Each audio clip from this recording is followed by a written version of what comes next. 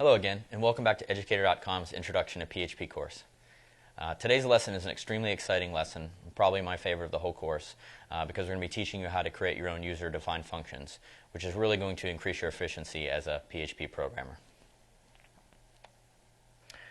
Specifically, we're going to talk about how to define your own functions and the syntax that's involved with that.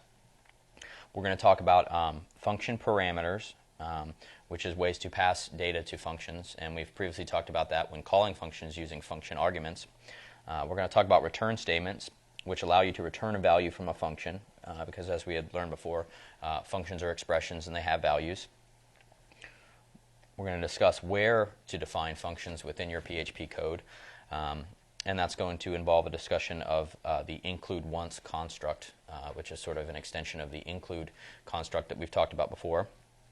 And we're going to also talk about some reasons why you use functions and why to separate code out into functions. Then we're going to talk about or make an update to our web application version 10.0, where we're going to basically extract some of the code from it and put it into functions, so we can actually see our user-defined functions working firsthand in our web application. And then we're just going to quickly talk about when you do output HTML and functions, and then also coding conventions as it relates to functions. So defining a function basically requires four parts. It requires the function keyword, and this is an example of a function declaration. You provide a function identifier or a name of the function. Then in parentheses you provide what's known as a parameter list. We're going to talk more about that in a minute. And then you have, just as like a control structure, you have a statement group enclosed in parentheses, and that contains all of the code that gets executed when a function is called. And the function, this section of a function is known as the function body. The code contained in the function is known as the function body, and it can contain any PHP code that we've gone over so far and is allowed anywhere else in PHP script. One thing to just mention is that function identifiers or function names follow the same naming rules as we have for variables and constant identifiers. So let's just take a look at some examples of some basic functions and see how they work. Here we just have a sample script called functionexamples.php, and right here I have this function is an example of the most simple function. It's a function that when it gets called, it does nothing. It has no statements in it, which is a perfectly legal function. Now, as we know, when we call a function, it stops execution of the current script, executes the code in the function, and then returns a value to the script where it was called from, and then the script continues to execute. So here in this case, we've defined this function, and then I'm going to go ahead and just call it. And the way we do that is just as we've been calling built-in PHP functions. We have the function name with the parentheses and a semicolon. Now, this function does nothing, but it shouldn't cause any problems or any errors, and when we load the page, basically nothing should happen, but this is just to demonstrate that a function can contain anything, including the lack of any code. So if we load functionexamples.php, nothing happens. The other thing we can do is we can create a function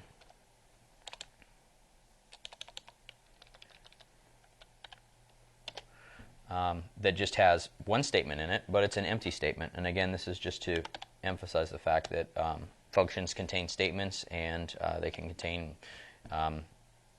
any types of statements, including an empty statement. And if we go ahead and call this function, we should receive no output as well.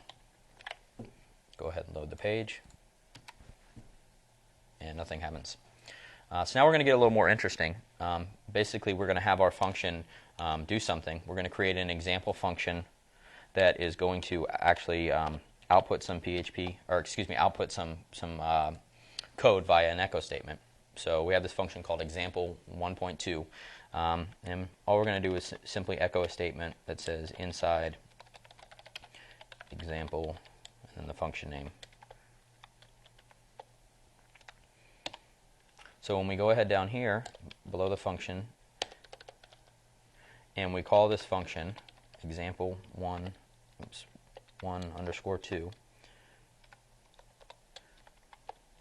what's going to happen is when we reach this statement right here, It's going to call the example 1.2 function. It's going to run the code inside of it, which in this case is just an echo statement, and it's going to echo that statement and then continue processing the rest of the script. So we should see this line output now when we run the script. And when we reload the page, you can see the echo statement was output that we had in the function.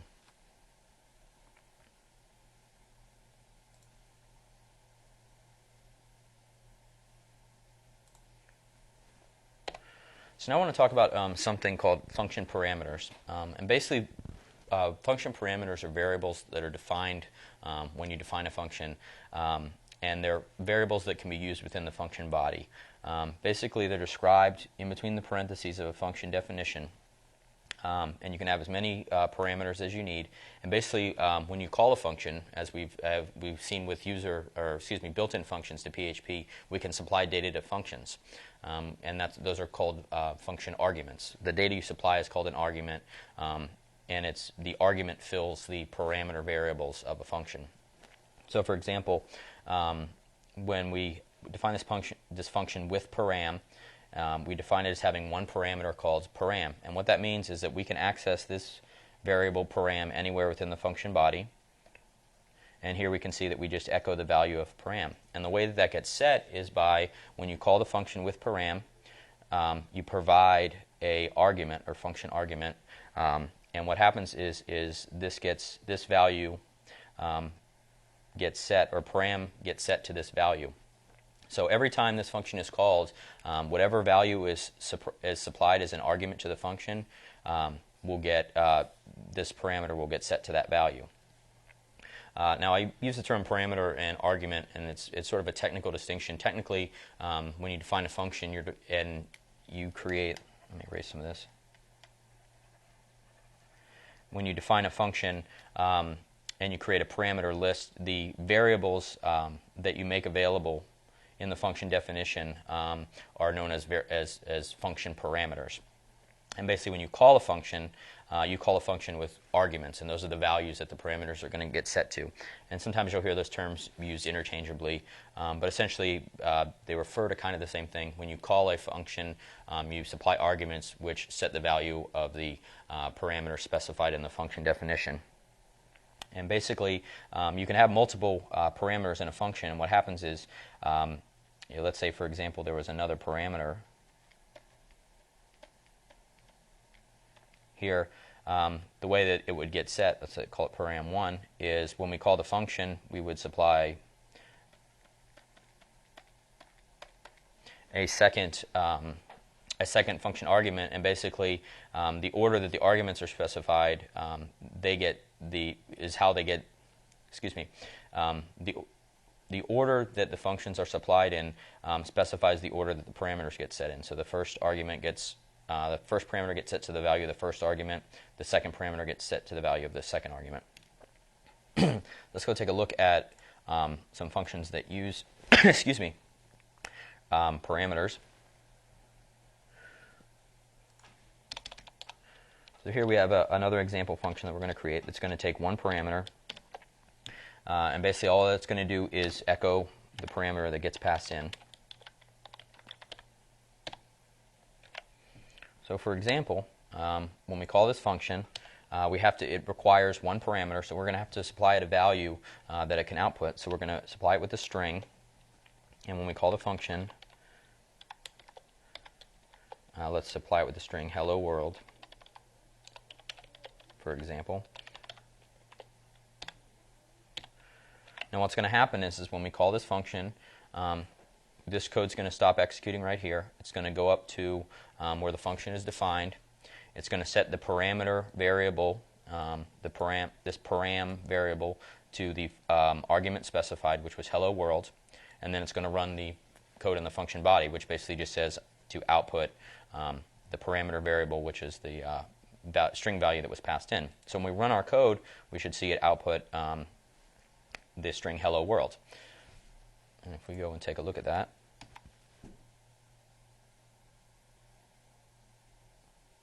oops, I had a typo.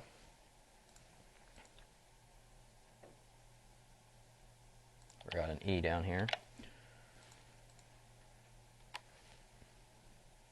And you can see that it output hello world. Actually, if we include a break statement up here, so this will look nicer.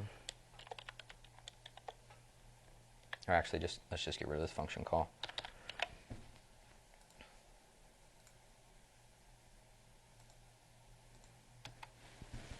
We can see that hello world is output.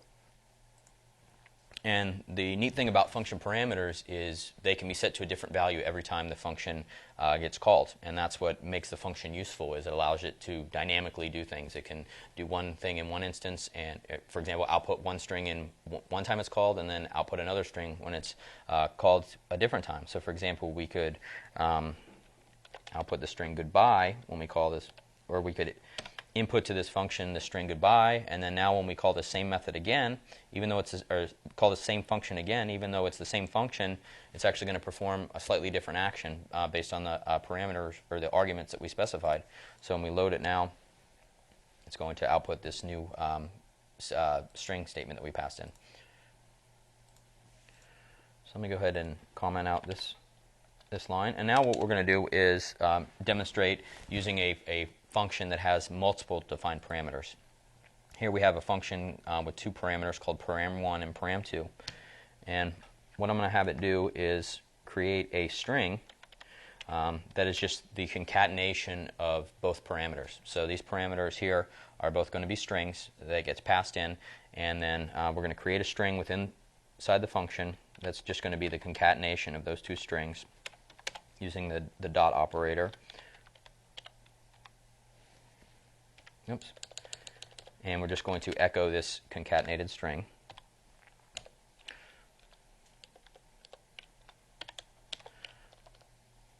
So when we call this function, example 2.1, we provide it with two parameters. In this case, we'll provide it with hello, comma, and then as the second parameter, we're going to provide it with the string space world.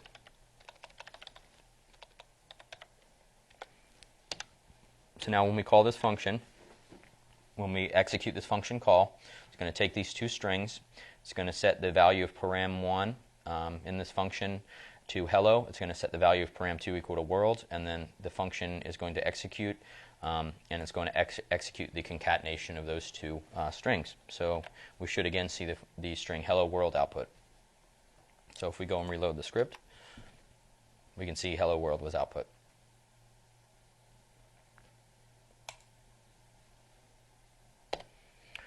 So as we know from our introduction to functions lesson, functions are expressions. And what that means is we know about expressions is they have a value. So functions always have a value, and they always return a value to the script where they were called from. And a function, the value that a function basically, the value of a function is known as its return value. And return values in PHP can be any type. So it can be an array, it can be a scalar. As we learned, it can be an object. And basically, the way that you specify the return value of a function, or the value that it returns to the script it was called from, is using a return statement.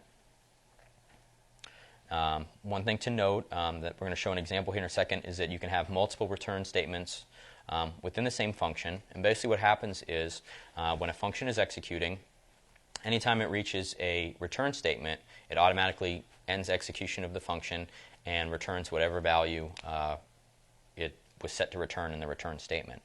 And that, even if there are statements that are still unexecuted in the function, it doesn't matter. Once that return statement is reached, the function ends and it returns back to the execution at the current script. One other thing to note is that if a return statement never occurs or is never executed within a function, null is the value returned by default for all functions. So let's go take a look at the return statement in action. So the first thing we're going to do is we're going to have the return value. We're going to use a return statement that's just going to return a static value. So it's going to have it return the string goodbye. And then we'll call the function. And this is a function with no parameters.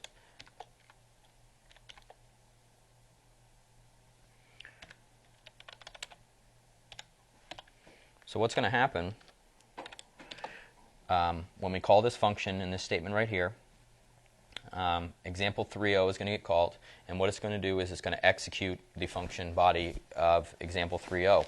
And what we can see, the function body, all it contains is a return statement. So basically what this is going to do is when this function reaches this return statement, which is the only statement in the function, it's going to return the value goodbye. And that's how the return statement works, is the statement starts with the return keyword followed by a space, and then whatever value you're going to return, which could be an expression, it could be the output of another function, because functions have values. Basically, you can return anything with value.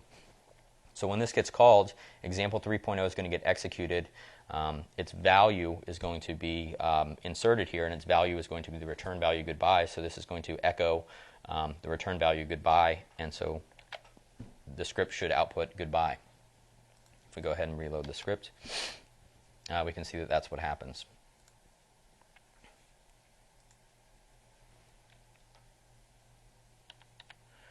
So now one thing that we're going to talk about is, we had mentioned, was that you can have multiple return statements within a single function. So for example, if we have a function that accepts one parameter, we can maybe conditionally return a value based on the value of that parameter. So for example, if we create an if statement that says if param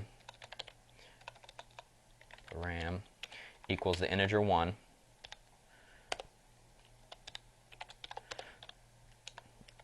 then we're going to execute a return statement that's going to return the string 1. Alternatively, if param equals 2,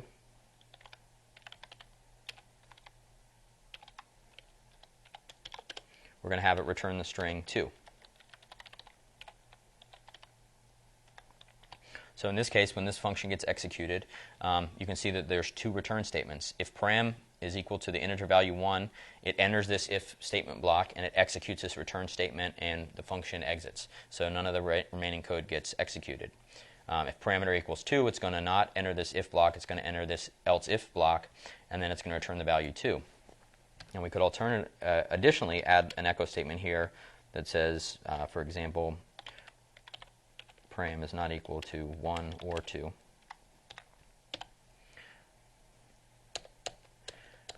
And also what happens with a function is if no return statement is specified, the function just returns whenever it reaches whenever it executes the last statement within the function. So here, if parameter doesn't equal 1 or 2, this echo statement is going to get executed. However, if it does equal 1 or 2, the function is going to return up here or right here, and this echo statement will get executed. Or if param is equal to 1, none of this will get executed as well. So that demonstrates a function that can have multiple return statements. So for example, if we call this function, I'm just going to echo its output because it's returning string values.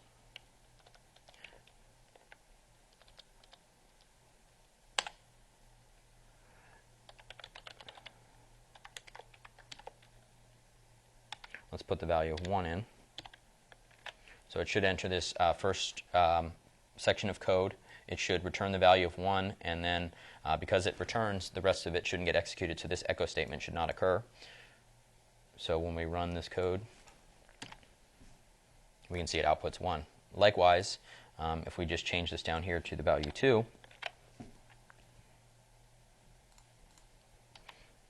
we can see that it outputs the value 2, and it never actually gets to this echo statement here, because again, once you reach a return statement, the function stops executing. The other thing I wanted to just sort of demonstrate is we had mentioned that if a function doesn't have a return statement, that it automatically returns the value null. So if we just have an empty function here with a single statement that does nothing, and then we were to run the function, and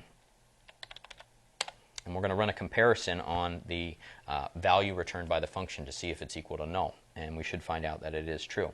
So if we run the comparison, example 3.2,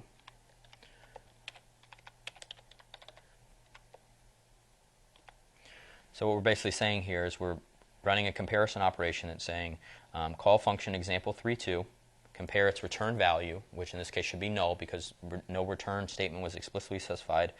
So it should equal null, and because it equals null, this should return, this statement should be true. And with echo statements, the Boolean value true gets output as the value 1. That's the conversion from Boolean true to a string. So when we run this, we should see just the number 1 output, and that's basically confirming that this returns the value of null. So when we run the function, we can see 1 is output, meaning that it did in fact return the value of null.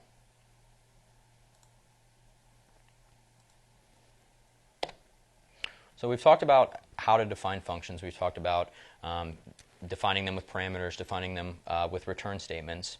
We haven't really talked about where to define functions. Typically, functions get separated into their own PHP files known as function libraries.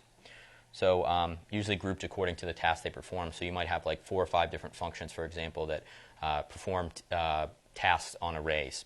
So you might create a function library that contains all of those functions. And the function library only contains the PHP code for those functions. It basically is just a PHP code segment that contains, a PHP file that just contains all of the function definitions. And the way you access the file is by using an include statement. So if you are running a PHP script and you need to access, for example, an array function that you've defined in a function library, you include that function library via an include statement, and then you'll be able to have access to the function. Now, one thing to note is, unlike some programming languages, in PHP, a function definition does not need to occur before it is actually called. So you can actually call a function and then define it later in the script, or call a function and then include the function library where it's defined later on in the script, and it'll still work. As long as the function that you're calling is defined somewhere within a script, within the script it's being called from, or an include file of that script, it will work. And the way you typically include functions, and what we're going to use in this course, or include function libraries within your code, is using a new construct that we haven't talked about called include once. It's similar to the include construct, and basically what it does is it takes the file that's specified and includes it sort of inline in the file where the include statement happens. The one difference is that with include once, if you specify a function name, or a file to include, and it's already been included, it won't get included again. So for example, if in this single PHP script we had this one statement, include once function lib.php, which maybe is a function library. If somewhere later in the script we had another include once function that says function lib.php, it's not going to re-include it again because it's already been included once. The reason that this is used with function libraries as opposed to using an include statement is if you redefine a function within the same PHP script, you get a fatal error in PHP. So for example, if you actually accidentally include the function library twice within your script using just regular include statements, you're going to get a fatal error. And similar to include once also has an analog which is called require once, which functions the same as the require statement, but which basically throws a fatal error if it can't find the file it's trying to include. But it also functions like include once in that if you call require once on the same file multiple times in one script, it only actually gets included the first time. So let's go take a look at a script that sort of demonstrates this ability. We have a file called includeonce.php, and basically here we have another file called functionlib.php, and this is a file that's just a function library. It contains a couple of different functions. Here in this case we have the function called test and a function that we're going to use in another example called output HTML header. So what happens is let's say we want to use the test function within our script. And let's get rid of this include statement, comment this out. Now when we run this file, we should get an error saying that the function is not defined because the function hasn't been included or been defined within this file. So if we go ahead and load the file up, it's going to say fatal error, undefined call to the function test. Okay, so we need to include the function library in order to have access to that function. So what we can do is use an include statement, include function lib.php, and this test function just simply outputs a simple statement. It says in test. Now when we run the file, everything should be okay, and it goes ahead and runs. Now, however, let's say we accidentally, later down here in our script, forgot that we had included that function library already, and we run an include statement again and try to call test again. Well, we're going to get a fatal error here because function lib.php is going to be included twice, and because function lib has .php has the definition of two functions in it, and it's called twice, those functions are going to basically, PHP is going to see that as those functions being redefined, which is a fatal error. So now when we run our script, which has these two inclusions of the same function library, we're going to get a fatal error. And we can see fatal error, and it tells you what we'd expect. You cannot redeclare test, and it says that, basically says that test defined in the function lib cannot be redeclared. So the way to fix this problem is if we use include once on both of these statements, and if we always use include once when including function library files, we won't have this problem. It's going to include function lib.php here. It's going to run this, call the test function, and then when we try to include it again later down the file, it's going to say, hey, I've already included this file. I'm not going to include it again, and you eliminate the risk of, you eliminate getting that fatal error for trying to redefine a function. So if we save this file now, we should be able to output test twice, or run test twice.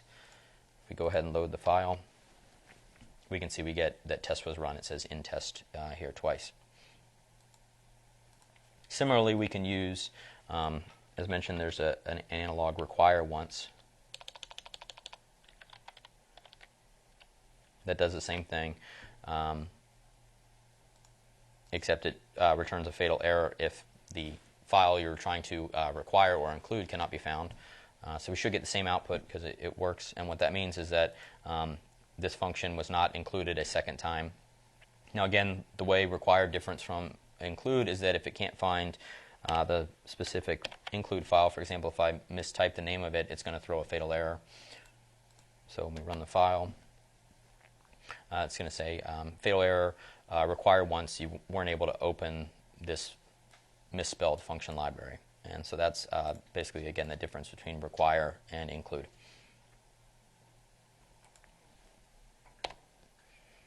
So what are the reasons to use functions? Particularly the main reason is, or one of the major reasons, is to take advantage of code reuse. And what that means is if you have a common task you're performing over and over again, you can isolate the code into one spot, into one function, and then you can just call that function over and over again as you need it. What that does is that's going to limit your mistakes to one place. The mistakes can only occur within that one function, whereas opposed if you had this, for example, 5 lines of code that were included in a function, if you included those 5 lines of code everywhere in 5 different files, for example, that's 5 different places where a mistake can occur.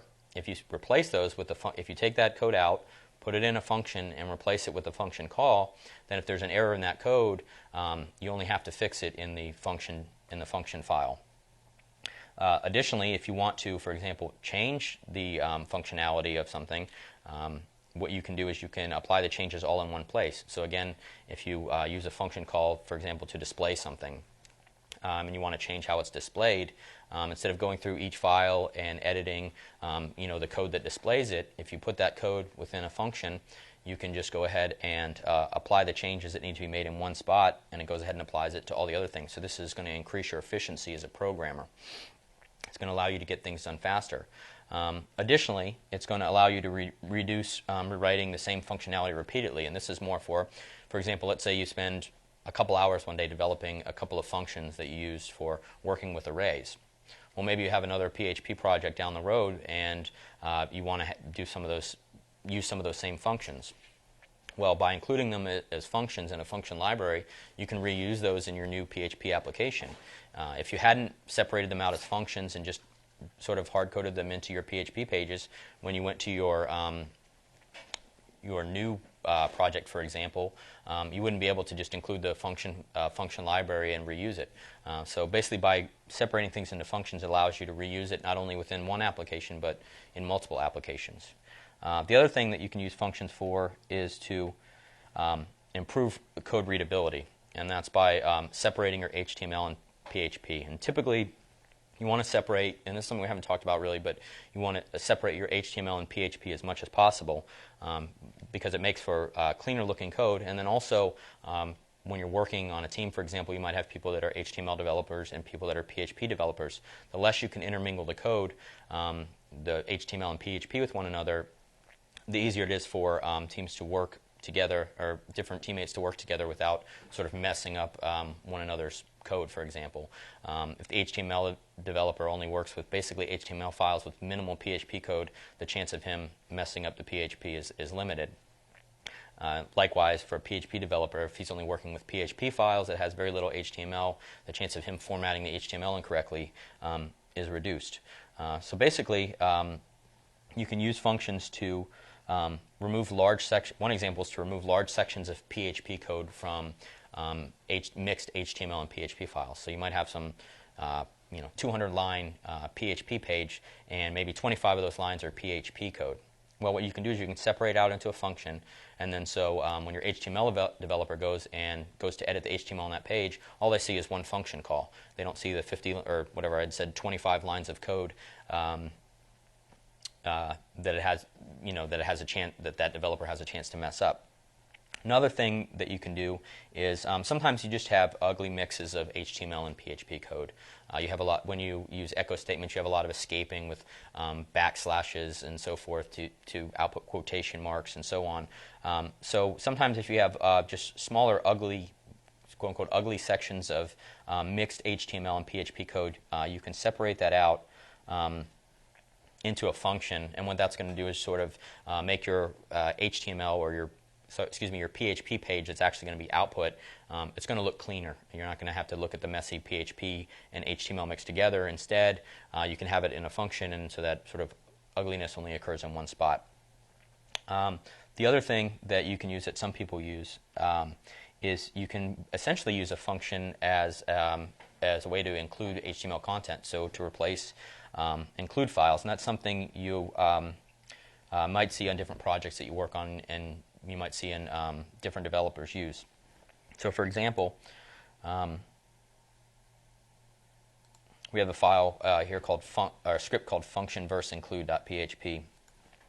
And basically here we're including a function library using the include once statement we just learned about, and the reason we're doing that is because it contains this function called HTML header. What this HTML header does is it outputs, for example, the header of an HTML page. Maybe we want to include this at the beginning of every page.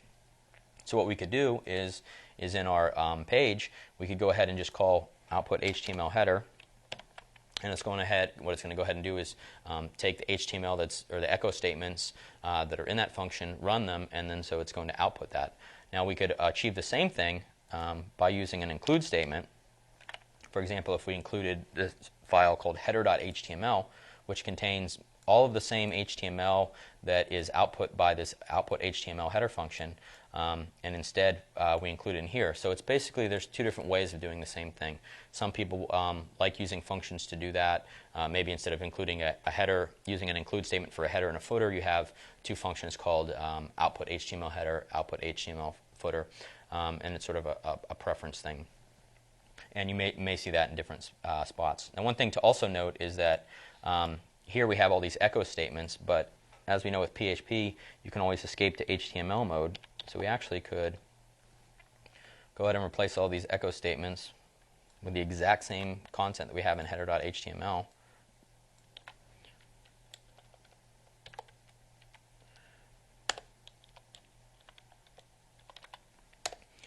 And what's going to happen is then when we run this output HTML header, it's going to execute what's in between what's in its function body.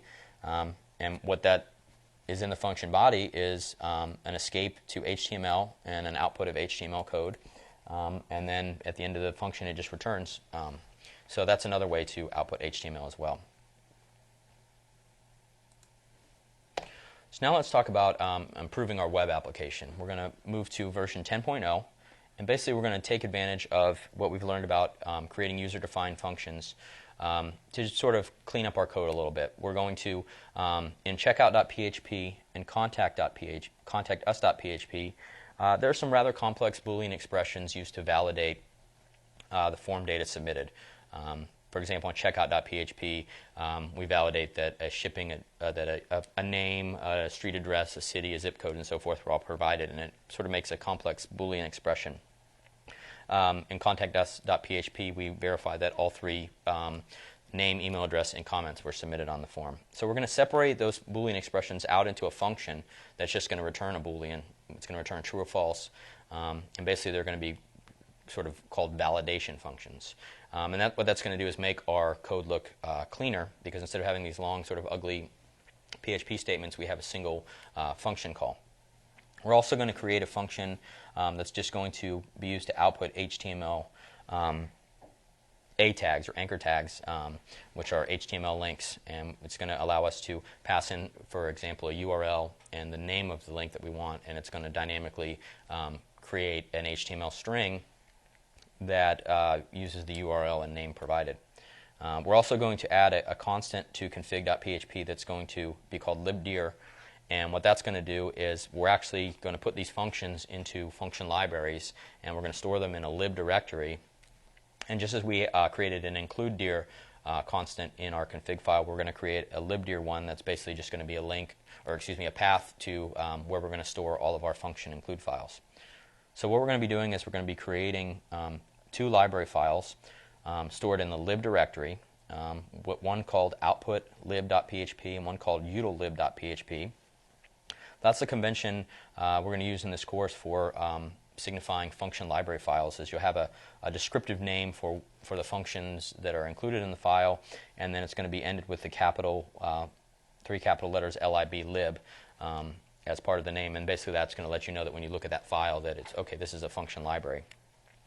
This function library, output.lib.php, is going to be used for functions that do any sort of outputting of HTML, and then utillib.php is going to be used for sort of utility functions. Like, for example, that's where we're going to put our validation functions, and they're functions that basically perform utility operations you can use within your web app. So we're going to edit checkout.php and contactus.php, and what we're going to do is take out the validation, or excuse me, the complex Boolean expressions, replace them with the validation function. We're going to edit config.php so that it has this updated constant libdir, and then we're also going to update store.php to make use of the function we're going to create up here that is going to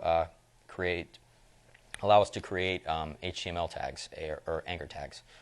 So let's go take a look at the code. For example, if we look at version 9.0, if we look at checkout.php, this is version 9.0.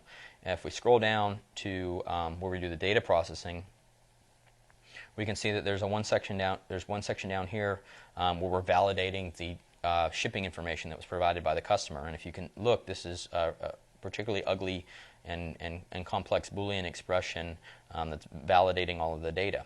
And so what we can do is actually take that out, just put it in a function that returns the Boolean value of that expression, and then we can replace it with a single function call, and that's going to make it look cleaner. So for example, we replace that Boolean expression. Instead, we just have a function call down here called isValidCustomerData, and the function name has a descriptive name to it. Typically, Boolean values that return Booleans have functions that return Boolean values have is prepended to them as the first part of the name. So this is basically isValidCustomerData is basically going to tell us, whatever we're passing here, is this valid customer data? And so basically we're getting the same functionality, but we're doing it in a simpler, cleaner statement.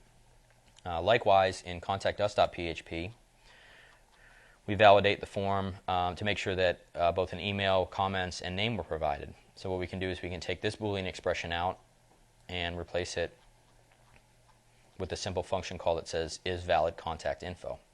Now the other thing that provides is, let's say later down the road, for these validation functions, we want to provide more validation. Maybe we want to say that a state has to be of a certain state, or for the contact information, that an email address has to meet a certain format. For example, it has to have an @ symbol, it has to have a domain name and a username as part of it.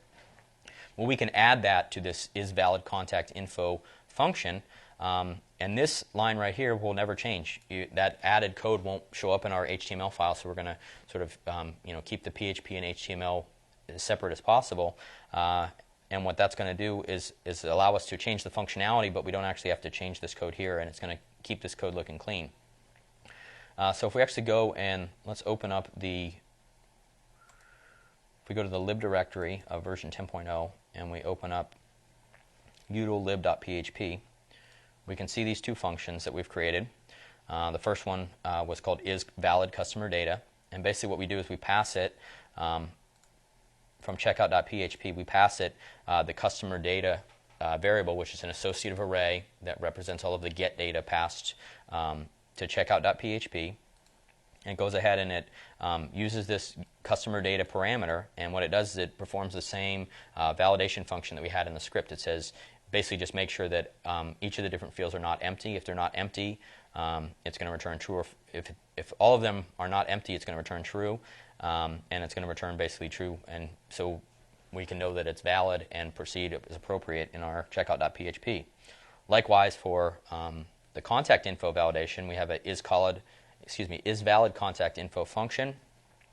We pass it the contact information that was submitted on the Contact Us form, and we go ahead and perform the Boolean validation function. And if it returns true that all of the information was provided, then it returns true to our script, and it can go ahead and execute. So when it calls this, if this is true, it goes ahead and outputs the appropriate page title, for example. If not, we're going to go ahead and use our error functionality and go ahead and set up an error message saying you must complete all the fields in this form, and also set our error flag that we had talked about in previous versions to true. So the other thing that we're going to do is we're going to create a function that is going to allow us to output HTML links, or A tags. So for example, if we look at version 9 store.php, we can see that we have a link hard-coded into each page that is a link to each different item in the catalog, item 1001, 1002, and 1003. What we can do is we can create a function that will allow you to pass two parameters or arguments to it, one for the value or the URL of the link that's going to be used for the href, and then also a value that you can put in the body of the link that is contained in the A tag. So if we open this other file, library file called outputlib.php, we can see a function called outputLink. It accepts two parameters, both of which are strings, a URL and a body. And basically what we can see is it creates a link variable, and what it does is it goes ahead and dynamically creates an A tag, and it sets href equal to the URL specified. It sets the body of the A tag equal to the body specified. And what that does is that this is a useful function because this is one of the ways of sort of eliminating ugly PHP code, PHP HTML mix code from your file. And it's not too prevalent in this example, but we'll see it more as our application gets more advanced, and our URLs that we're using and our expressions to set the value of URLs get complex. This is going to sort of neaten them up, because now instead of having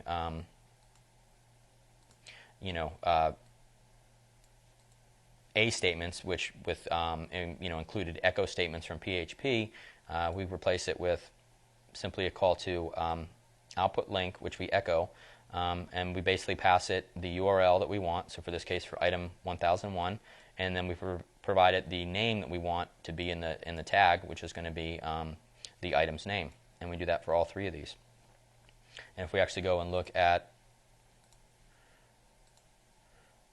version 9.0, this is the store homepage. Excuse me, let's look at version 10.0, the new one, the store homepage. If we can see, if we look at the source,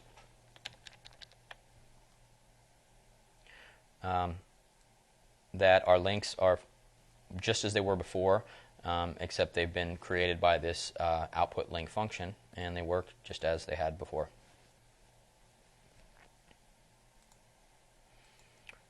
So one thing to note, if you look when you have a chance after the lesson to look closer at the files that we've created, particularly these function libraries, you can see that to each function I've added a lot of comments at the beginning.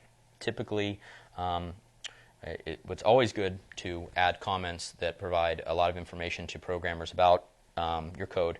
So for a function, I usually output or have a comment that states the purpose, what the function does. In this case, it's saying it's outputting a link with an HTML that's an HTML tag, an anchor tag.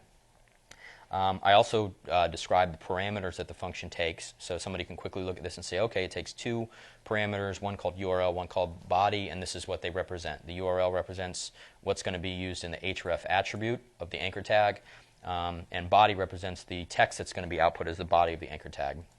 And then also have a return value section that basically says this function returns a string, and the string that it returns is basically represents a well-formed HTML anchor tag. So how do we make these functions available to our scripts? And that's where the config file comes in. So we've updated config.php. And what we've done is we've created a new constant called libdir, which basically is states that the function library directory is called lib, and it's off of the document root, and that's where all of our function libraries can be found. And then what we do is we add to our include section using the include once directive. We include each of the two libraries that we're going to use, outputlib.php and utillib.php. This is going to make them available to all the files where config.php is included. And you can see that we make use of the libdir constant, which basically says outputlib.php is in this lib directory, and you include it one time. And so that's how we make those functions available to our web application. So one thing I want to comment on is outputting of HTML and functions. It's usually preferable to refrain from directly outputting HTML within functions via echo statements or HTML when it's possible.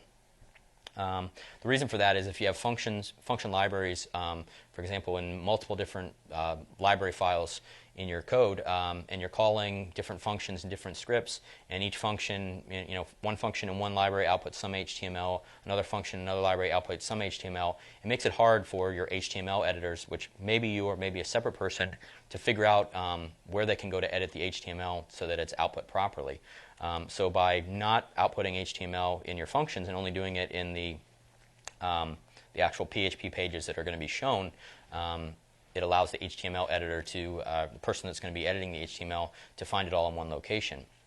Now sometimes it is necessary to output HTML within functions, and the recommendation that I have is to go ahead and put output functions in their own separate library. So for in our example, for this web app, we've created a library called outputlib.php, and so because that generates HTML, in this case it generates anchor tags, and we're going to build out that library as this application develops, and you're going to see that there's going to be more complex HTML output. But basically by putting it in that one library, then your HTML developer knows that if the HTML is not found, that they need to edit is not found in the actual PHP pages that are being output, then it's going to be found in this function library that's defined for output functions. One other thing to mention is that if you have some functions that generate short segments of HTML, for example, our output link function that just generates a link to output, it's highly preferable to generate the HTML content as a string and return that string rather than echoing it directly in the function. So, for example, in our output link function, we return this link that we created. We could instead just echo it directly here, echo link, and it would basically achieve the same thing as what we had done before if we just replaced the echo statement here with output link. So it's going to call output link and it's going to echo that. Now there are a couple reasons why that's not preferable. Let me go back and change it to the way it was. The first one being is that it kind of reduces the flexibility of your application. So for example, if we return the string, then in store.php, because we're returning it as a function and not directly outputting it, we can perform maybe another operation on it. Whereas if it just gets echoed, you can't. It's echoed to the output, and there's nothing you can do with it. Maybe we want to include that HTML as all uppercase, so we could use the string to upper function. Well, because we've returned it as a string, we can use that string as a value supplied to the string to upper function, and then when we echo it, we can basically make it all uppercase, and so it gives us the flexibility of altering that. And basically, in this case, it's a function chain. So when we go and reload our home page, we can see that. I guess I did it for. Let's see. I guess I just did it for the second one, item 1002. You can see that it's output in all uppercase. And actually, if you look at the page source, you can see that actually even the HTML code itself, href and all of that, was capitalized as well. So that's one thing that is a benefit of returning the string rather than echoing it directly. The other thing is that if you want to create complex echo expressions, for example, let's say we wanted to echo hello, the string hello, and then go ahead and output that link by concatenating it. Well, what's going to happen is, right now it's going to work as expected. It's going to output hello. It's going to go ahead and call the output link function, return that A anchor tag, and then output it all together. So if we go and view our code, whoops.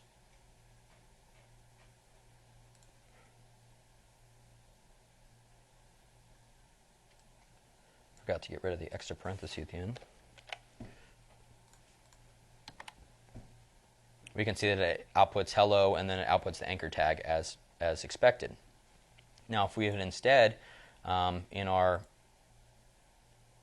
output link function, if we had instead echoed it directly, something interesting is going to happen. Now when we call this function, it's going to say echo this string right here. And in order to echo this string, what PHP is going to do is it's going to concatenate the output of output link to hello. Well, when output link, and in order to do that, it has to call output link and find out what its value is. So when output link gets called, it's actually going to echo, because we've echoed the link now, it's going to actually echo it. So before this concatenation can occur, output link is going to be echoed, so the link is actually going to end up before hello. So for example, if we go ahead and run this file, we can see that even though in the echo statement we've put the output link tag at the end of the concatenation operation and hello at the beginning, the order gets reversed. And that's because actually, since the function didn't return the string, we can't concatenate it in our echo statement. Instead, it just gets output immediately when it's evaluated. So that's one of the problems that can cause. So just real quickly, I want to finish up with talking about coding conventions. Basically, functions, as you've seen in the examples, they're going to be formatted in the same manner that we format if statements in regards to the placement of curly braces and indentation. The one difference being that the if keyword is going to be replaced by the function keyword. The other thing is in functions with multiple parameters, each function in the parameter list is going to be separated from the previous one by a comma and a space. So it's going to be param, comma, and this is going to be a space before param2, as opposed to not having the space there. The other thing that we're going to do is we're always going to define all of the functions for our course within function library files. They're not going to be, you can define them within a script, but then that reduces the ability to reuse those, because then, for example, if you defined it in contactus.php, if we defined in a email function within there, for example, then if we ever wanted to use that again, we'd have to actually include that whole PHP page. And so in order to get access to that function, and what that's actually going to do is include all of the HTML as well.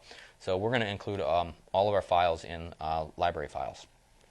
Excuse me, all of our functions within library files. So for the homework challenge, I just want you to create a PHP script that's going to create a function called add, sort of your first user-defined function.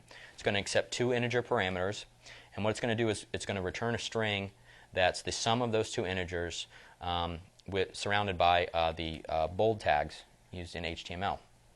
So it's going to take in two integers and it's going to return a string. And then I want you to call the function from your script and output the result.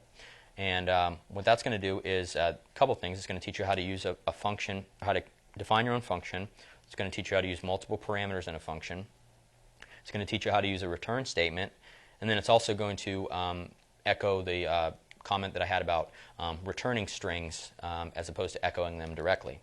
Then what I want you to do is get practice creating function libraries. Go ahead and create a function library called mathlib.php and actually put the function within that file. And then in your main script, delete the function that, or when you moved it out, it gets deleted. And then use an include once statement. So you get practice using that to include that lib file in your script. And then try calling the function again to make sure it still outputs the sum formatted in bold. And just be sure to remember to format the function according to the course's coding conventions. So that ends today's lecture. Thank you for watching educator.com. Look forward to seeing you next time.